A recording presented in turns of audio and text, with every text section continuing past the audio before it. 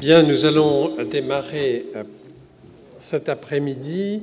Vous l'avez remarqué sans doute sur le programme, un accent sera mis sur, pour les deux premiers exposés en tout cas, sur un aspect plutôt biomédical des contributions de Claude Bernard, avec d'une part le concept de milieu intérieur, et nous verrons comment on peut le considérer aujourd'hui. Et aussi, vous verrez l'importance que les diabétologues reconnaissent à Claude Bernard, parce que pour les diabétologues, au moins, je ne sais pas pour les neuroscientifiques, mais pour les diabétologues, Claude Bernard est une figure emblématique, régulièrement célébrée. Michel Mar vous en parlera. Puis après la pause, nous aurons Anne Fagot-Largeau qui parlera de l'expérimentation animale. Il y a été fait allusion ce matin.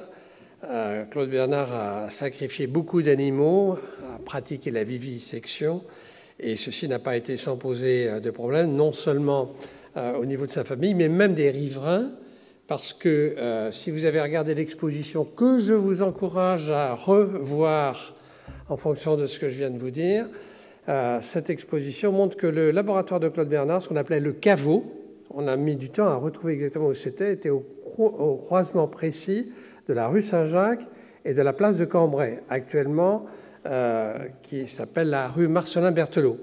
Et on entendait, disent les riverains de la rue Saint-Jacques de l'époque, le cri des chiens. Donc, parce qu'effectivement, les animaux, les chiens, étaient en dessous du bureau et du laboratoire de Claude Bernard, qui jouxtait un amphithéâtre qui se trouvait précisément donc au coin de la rue Saint-Jacques et de la place de Cambrai.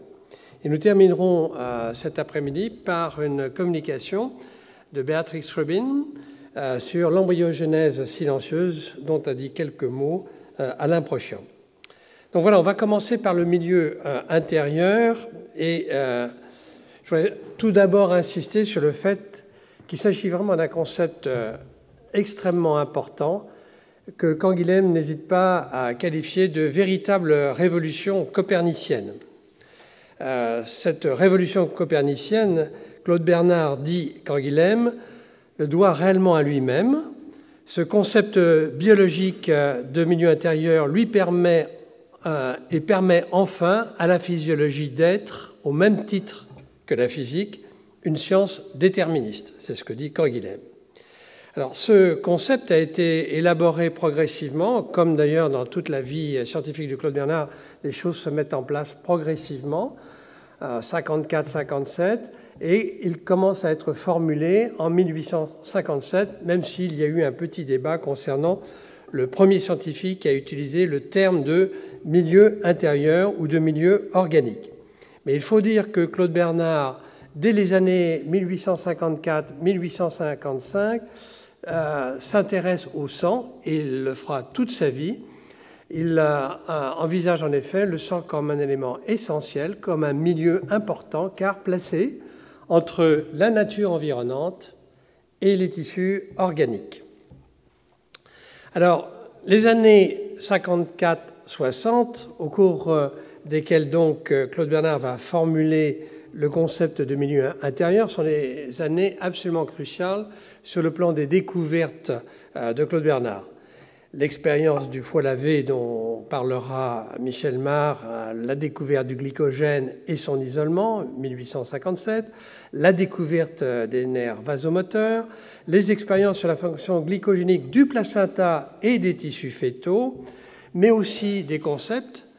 Le concept de sécrétion interne, mais attention là, il ne s'agit pas de sécrétion interne au sens hormonal où nous l'entendons actuellement, mais bien de sécrétion nutritive, digestive, destinée à la régénération chimique du plasma et au maintien de sa constitution. Concept de milieu intérieur, donc en 1857, et il élabore aussi le concept de circulation locale régulée par le système nerveux. Et en même temps, il pratique des recherches sur le maintien de l'homéothermie chez les animaux à sang chaud, donc la notion de régulation, réflexion sur le caractère aquatique des tissus, et ça j'y reviendrai dans une deuxième partie de mon propos, et réflexion aussi sur les tissus organismes supérieurs qu'il ramène au principe d'existence des organismes inférieurs plongés dans le milieu marin. Donc là aussi, c'est une notion tout à fait intéressante. Alors, en décembre 1857, et là je me fie aux notes de Mirko Grmek, vous savez que Mirko Grmek a repris tous les cahiers d'expérience de Claude Bernard à la demande de l'Assemblée des professeurs du Collège de France. Il en a fait un catalogue raisonné, et dans le legs de Claude Bernard qu'il a publié, il ressort un certain nombre de points forts sur les idées et les propos de Claude Bernard, et je vous cite notamment ceci tiré du legs de Claude Bernard de Mirko Grmek. Cette sorte d'indépendance de l'organisme dans le milieu extérieur vient de ce que chez l'être vivant, les tissus sont soustraits aux influences extérieures directes et qu'ils sont protégés par un véritable milieu intérieur qui est surtout constitué par les liquides qui circulent dans le corps. Et il dit en même temps, il voit l'importance du milieu liquidien. Tous les tissus vivent dans les liquides, végétaux, sève, animaux, sang. Au passage, vous voyez là aussi son souci d'établir un lien qu'il a formalisé ultérieurement dans les leçons sur les phénomènes communs aux animaux et aux végétaux, un lien donc entre animal et végétal, et il dit que la sécheresse éteint la vie complètement ou passagèrement. Et donc, ces premières conceptions sur le milieu intérieur sont des propos essentiellement centrés sur la protection de l'organisme contre des variations importantes des conditions externes. L'idée est de pouvoir assurer une autonomie, mais on n'est pas encore dans un moment où on parle de régulation. Le milieu intérieur, le sang, est vu plutôt comme un élément dont le rôle est essentiellement nutritif et épurateur. D'ailleurs, c'est ce qu'il écrit dans le Moniteur des hôpitaux en 1854, donc vraiment très précocement.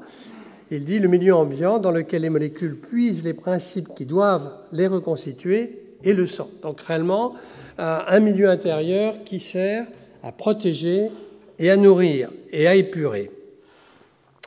Alors, il est intéressant de regarder dans le cahier rouge comment Claude Bernard voyageait dans la pensée. On a parlé d'expérience de pensée tout à l'heure, mais il y a aussi les intuitions, le rêve du biologiste ou du physiologiste. Et il dit, il serait instructif de nous promener une canne à la main dans le sang et voir nos tissus aquatiques. Ça, c'est quand même formidable. Et ça fait penser d'ailleurs à ceux qui ont vu le film Le Voyage fantastique de Richard Fleischer, dans lequel des personnages armés de lasers se transforment en microglobules pour pouvoir thrombolyser un caillot sanguin qui obtient une carotide. Si nous pouvions être un globule du sang, voilà le scénario du film en question. Cahier rouge, publié en 1965. Et l'étude du sang en tant que milieu intérieur, c'est important pour Claude Bernard, car on peut étudier un certain nombre de ces paramètres. Il le définit donc réellement comme un milieu dont on va étudier l'oxygénation, et vous connaissez ses travaux à ce sujet, la teneur en eau et en sel. Au passage, il repère tout de suite la nature alcaline, entre guillemets, comme l'eau de mer. Il peut aussi s'intéresser à la température. Il distingue bien les animaux à homéotherme et poikiloterme. Et il s'intéresse bien sûr aux substances nutritives comme le glucose. Michel Mar y reviendra. Et il dit que cette science du milieu intérieur est la physico-chimie de l'être vivant. Donc, à l'heure actuelle, bien sûr, nous avons plein de moyens pour pouvoir explorer ce milieu intérieur, j'en dirai quelques mots, mais qui sont littéralement dans l'intuition bernardienne. On peut dire que tout est là, simplement les moyens, les outils manquaient à l'époque, encore qu'il a utilisé le maximum de ce qu'il pouvait à l'époque en question. Alors, le concept de milieu intérieur n'est pas figé, et comme je l'ai dit, Claude Bernard rumine ses pensées, revient, et nous bénéficions des notes volantes qu'il a écrites ou des pensées qu'il a pu écrire aussi dans le cahier rouge. Et nous voyons arriver une vue déterministe la composition du milieu liquide intérieur règle d'avance les réactions chimiques qui s'y accomplissent. Moi, je trouve ça très intéressant parce que, à l'heure actuelle, notamment pour le cancer, où on sait que le micro-environnement tumoral est d'une importance extrême, il est intéressant de se rappeler ce que dit Claude Bernard à ce moment-là. Le cancer ne se développe pas, il part d'une série d'expériences, parce qu'il ne trouve pas de milieu convenable. Alors, je crois que c'est tout à fait vrai, expérimentalement et cliniquement. C'est une fonction intégrative et régulatrice, même s'il n'y a pas encore la notion d'hormone, elle interviendra, à vrai dire, franchement plus tard. Il dit que néanmoins, c'est par l'intermédiaire des liquides interstitiels que s'établit la solidarité des parties élémentaires et que chacune reçoit le contre-coup, on a déjà une idée de régulation et d'ajustement, des phénomènes qui s'accomplissent dans les autres. Et donc, il y a cette science du milieu intérieur, et il dit, et je crois que c'est aussi très intéressant, que ce milieu intérieur est commun aux animaux et, dit-il, présente peu de variations suivant le type. Or, je vous montrerai dans un instant que cette assertion est tout à fait exacte chez les vertébrés et que pratiquement la composition du milieu intérieur est extrêmement similaire d'une espèce à l'autre, d'un type à l'autre, si on prend la terminologie bernardienne, et que d'autre part, les systèmes de régulation se sont mis en place extrêmement précocement et se sont conservés, ont été affinés au cours de l'évolution. Donc l'aspect régulation progressivement prime l'aspect protection.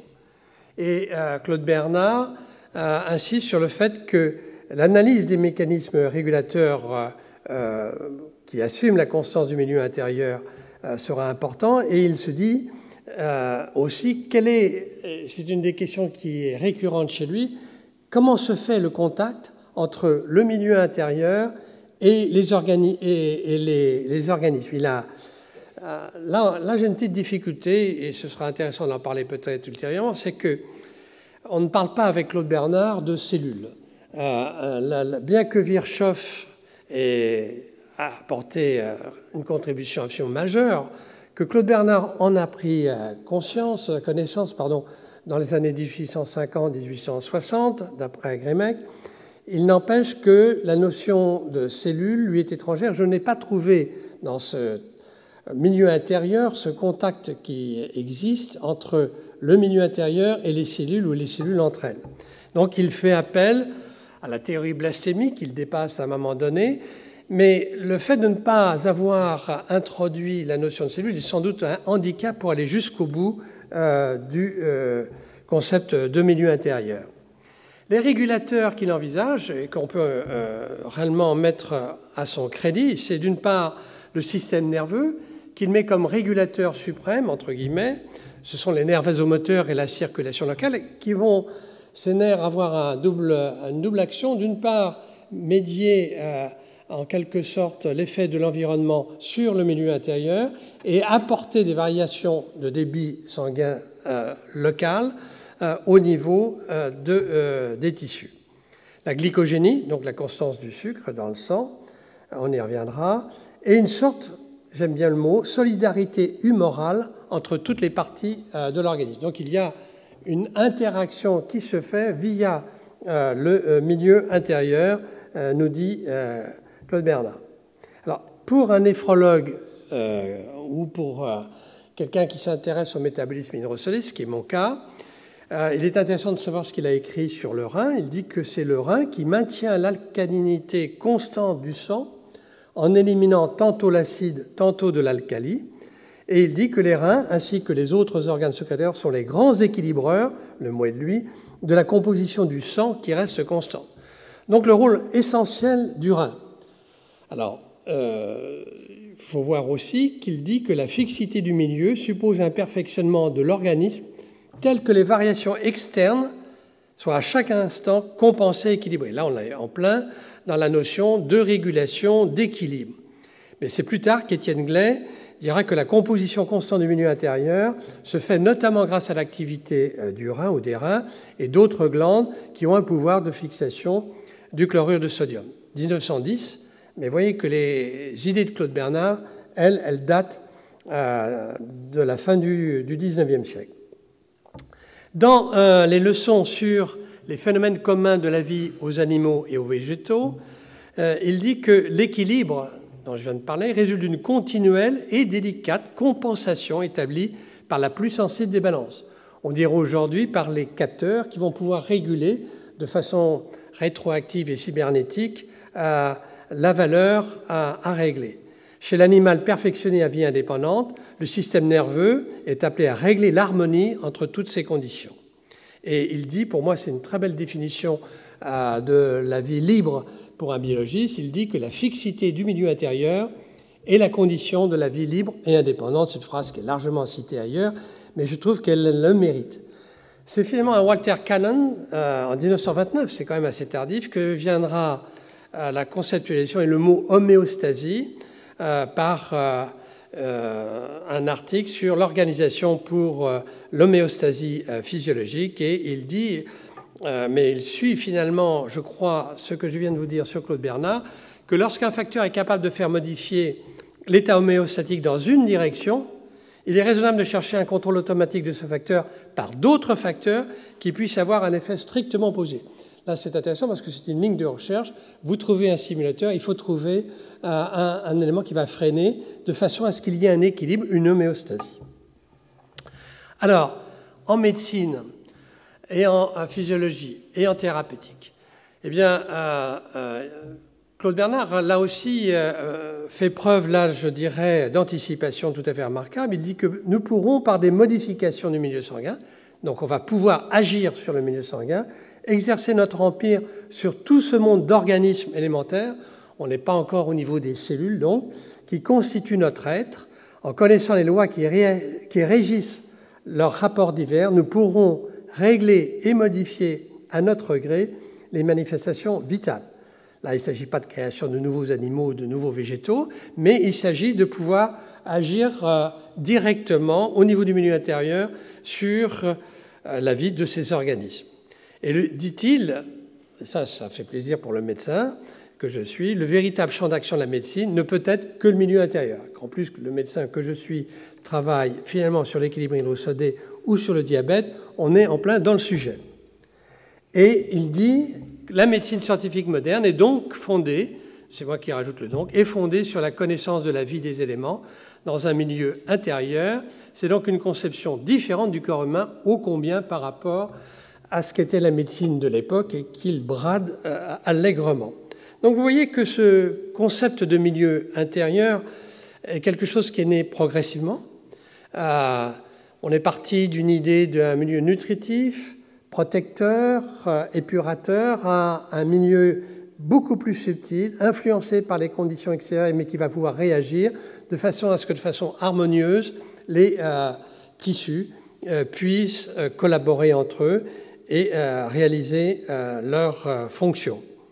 Si bien qu'on est loin de ce que Paul Bert pouvait dire de l'expression milieu intérieur, il l'appelait pittoresque expression. Donc, c'est-à-dire que les contemporains et élèves de Claude Bernard n'avaient pas encore complètement compris le message du maître, mais ça, nous le savons, n'est-ce pas, Alain? Il faut un certain temps avant que les messages soient perçus quand ils sont réellement novateurs, ce qui était le cas ici.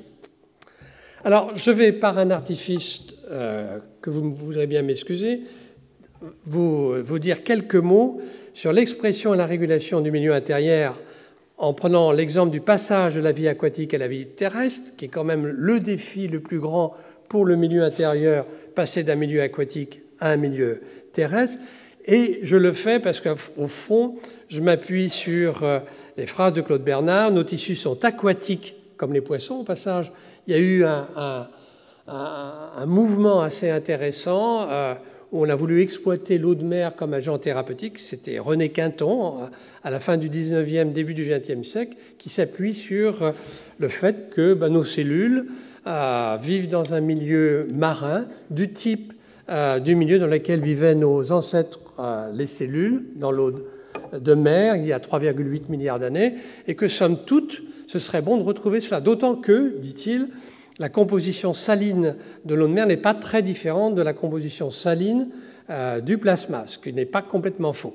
Du coup, on a traité des pauvres bêtes et quelques pauvres gens avec de l'eau de mer isotonique quand même, je vous rassure, mais ceci a quand même perduré jusqu'à 1970, quelque chose comme ça, par voie externe. Je vous le rappelle, je vous le dis quand même.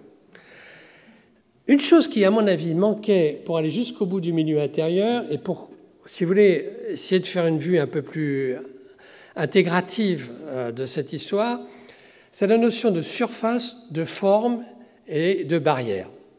Au fond, Claude Bernard s'était intéressé à la surface de l'organisme, et je vous dis l'importance des contacts et aussi de la forme. Mais je pense que le fait de ne pas avoir la notion de cellule faisait qu'il manquait très vraisemblablement de cette interface qu'est la membrane entre le milieu intérieur, le compartiment extracellulaire, dirons-nous maintenant, et d'autre part la cellule.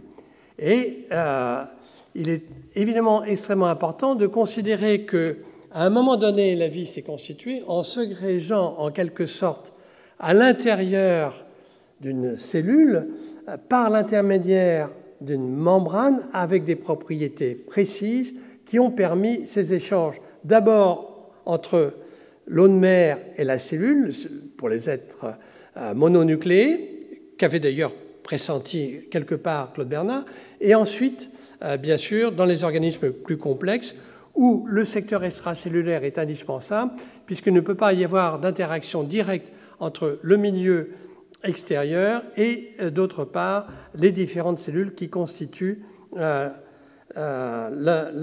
l'organisme. La famille actuelle des vertébrés comporte 7 exemplaires de nos très grands ancêtres, les premiers marcheurs. Nos très grands ancêtres, les marcheurs, sont les actinoptérygiens. Il y a notamment le fameux sélacanthe, qui est un actoptérygien qui n'a pas été jusqu'au bout de la mission des autres, l'Ichthyostanga et l'Acanthostanga, que je vais vous montrer dans un instant. Les autres, en effet, ces derniers, ont été capables, dans les années 390 à 360 millions d'années avant notre ère, de pouvoir faire des excursions de plus en plus prolongées sur la Terre et donc de donner les tétrapodes comme les crapauds, les grenouilles, les différents tétrapodes que nous connaissons. Donc ces poissons ont évolué avec naturellement un certain nombre de défis pour pouvoir faire ces excursions prolongées sur la Terre. Premier défi, la consolidation du squelette. Autant dans l'eau, on peut vivre avec un squelette cartilagineux du fait de la poussée d'Archimède, mais quand on est sur Terre, on est soumis à la pression atmosphérique, à la gravité, et donc une ossification des tissus cartilagineux apparaît. Il faut naturellement passer d'une respiration branchiale à une respiration aérienne, adapter les organes sensoriels, l'ouïe, la vision et aussi l'équilibre, très important, l'appareil vestibulaire au nouvel environnement, mais il va falloir se protéger contre les variations thermiques.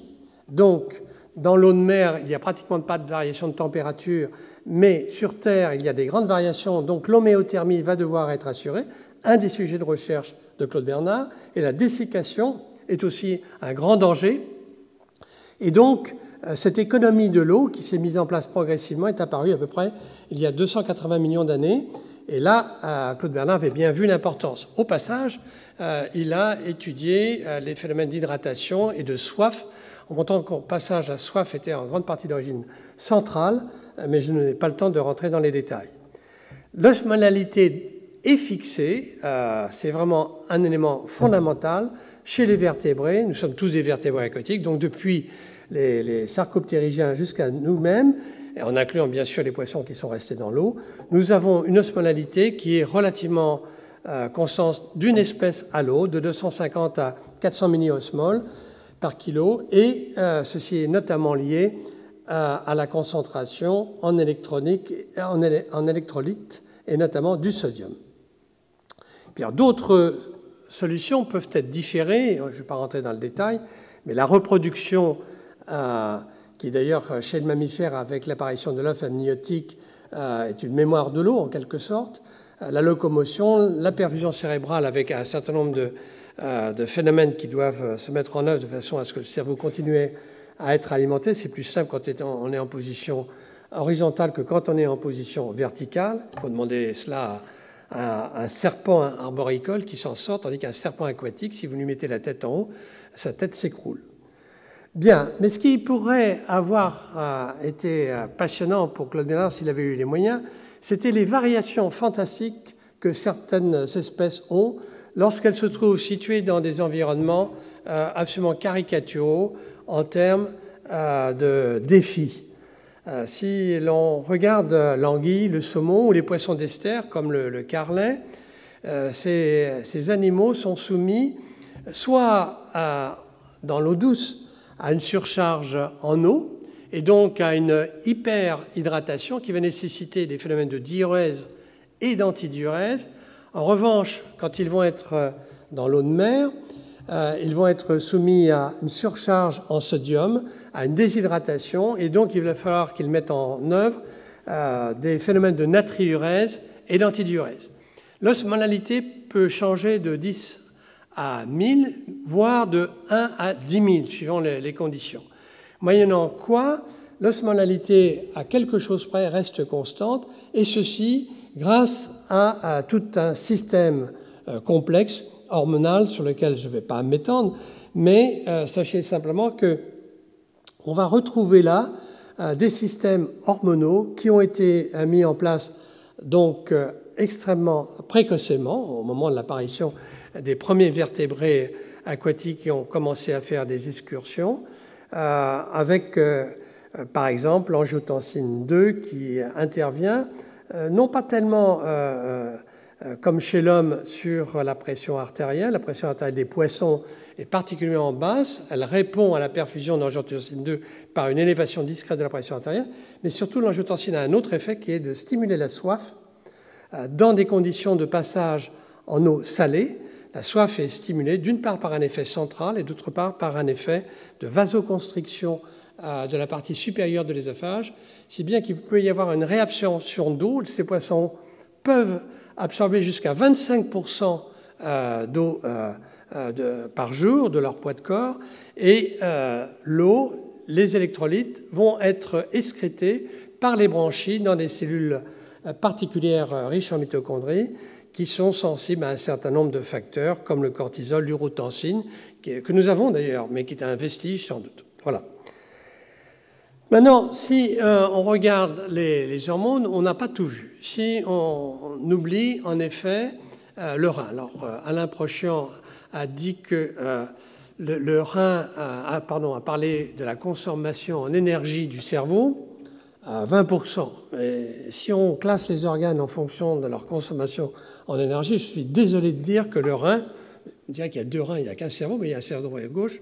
Le rein fait à peu près 25 à 30% de consommation énergétique, c'est considérable. Une énorme consommation en oxygène parce que la demande en matière énergétique et donc en oxygène au niveau de la réabsorption tubulaire du sodium est considérable.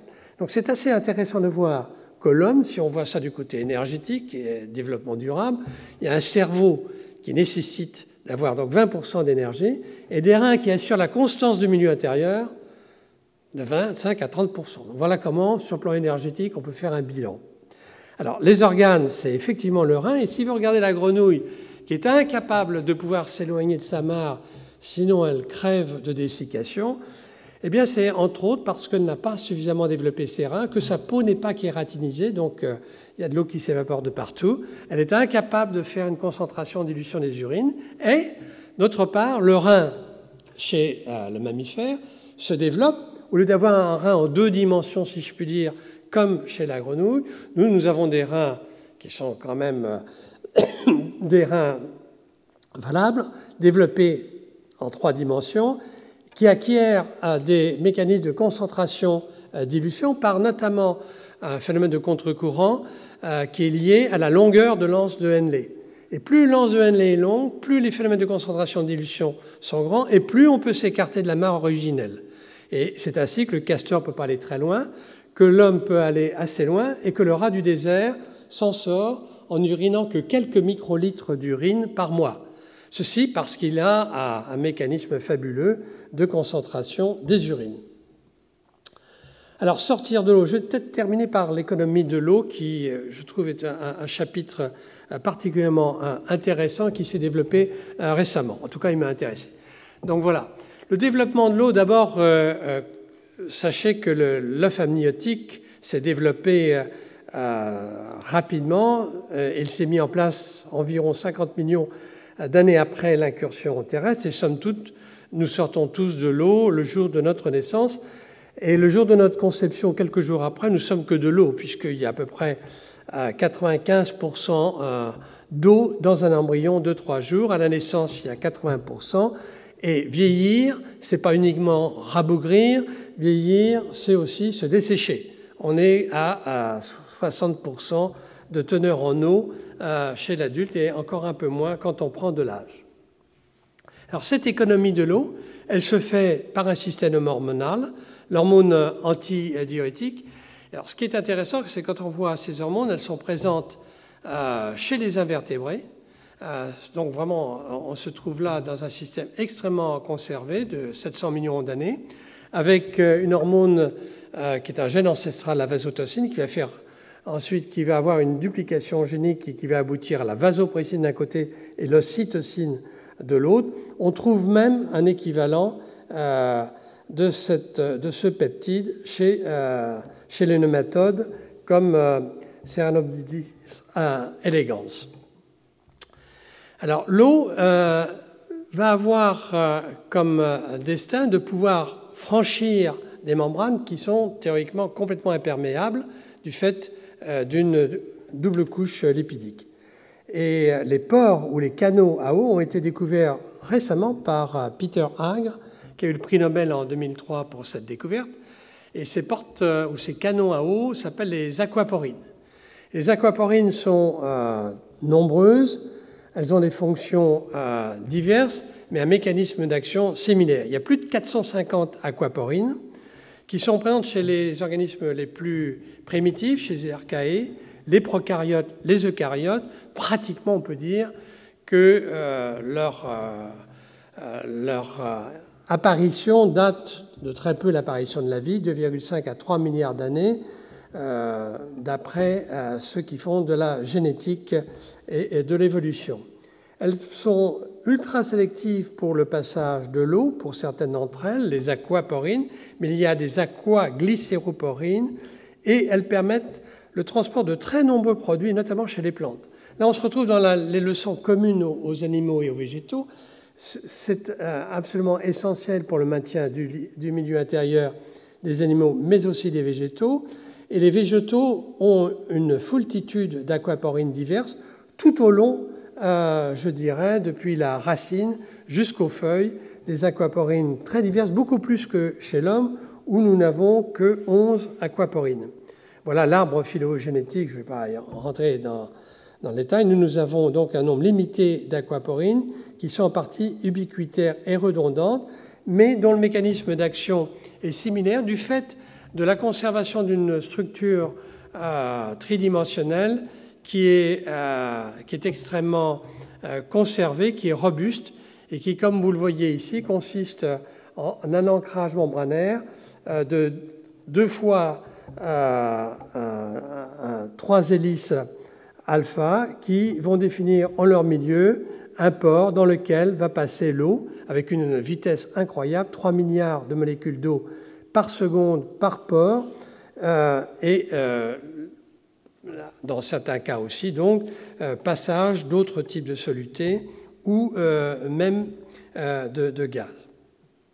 Alors pour terminer, je dirais que pour terminer cette histoire sur la réabsorption de l'eau et du sel, tout se passe chez les vertébrés au niveau du néphron distal qui s'est progressivement enrichi, je dirais, de fonctions diverses, mais toutes centrées sur la régulation fine de l'eau et du sodium au niveau du canal jaune, qui est le tube distal du rein, pour faire simple.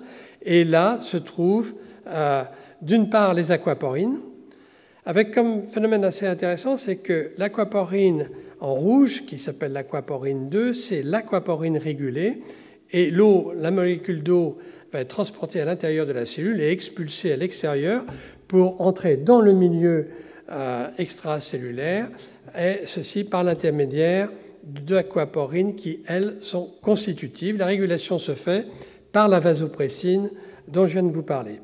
Et puis, de façon assez similaire, vous avez la régulation du sodium dans des cellules par du tube distal, par le canal épithélial sodium, qu'on appelle ENaC, pour Epithelial Sodium Channel, avec donc le passage d'un ion sodium qui va être expulsé par la sodium-potassium ATPase, qui est constitutive à la phase basale.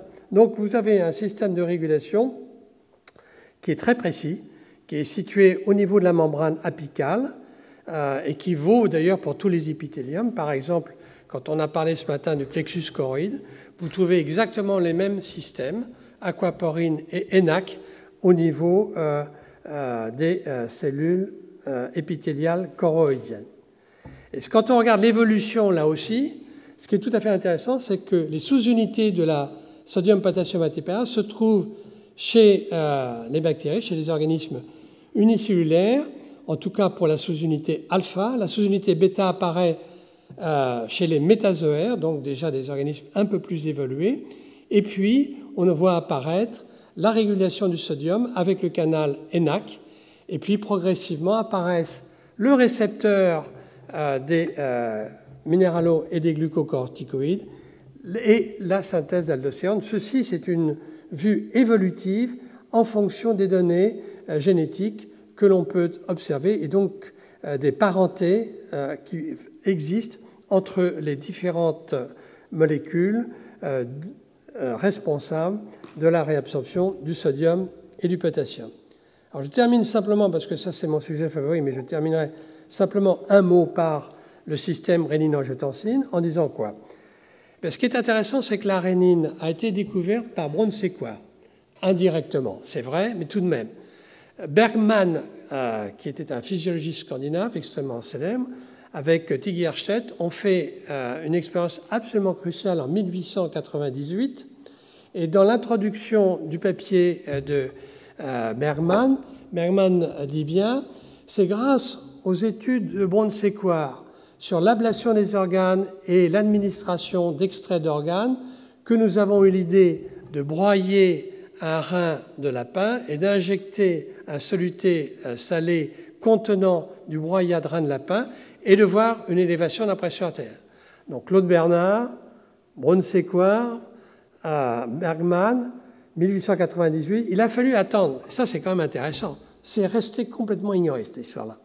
Il a fallu attendre 1937 ou 1936 pour que des chirurgiens s'intéressent à mettre des sténoses sur l'artère rénale, voient monter la pression artérielle, repèrent qu'il y a effectivement un produit presseur, la rénine, et qu'à l'heure actuelle, eh bien, nous travaillons, et surtout le point intéressant, c'est que nous avons des bloqueurs de ce système qui permettent de réguler non seulement la pression artérielle, mais aussi qui permettent de réguler le milieu intérieur, la composition en ions sodiques notamment, par le blocage soit de la production d'angiotensine, soit par le blocage du récepteur de l'angiotensine. Donc voilà ce que je voulais vous dire en quelques mots sur cette histoire du milieu intérieur qui, pour les endocrinologues de l'eau et du sel, pour les néphrologues, est une histoire absolument passionnante. Le nom de Claude Bernard est bien présent. Je dois dire que c'est un plaisir que de retrouver les écrits que je vous ai signalés pour rendre hommage à Claude Bernard dans ce contexte. Voilà, je suis prêt à répondre à toutes les questions pas trop difficiles que vous devez me poser. Merci.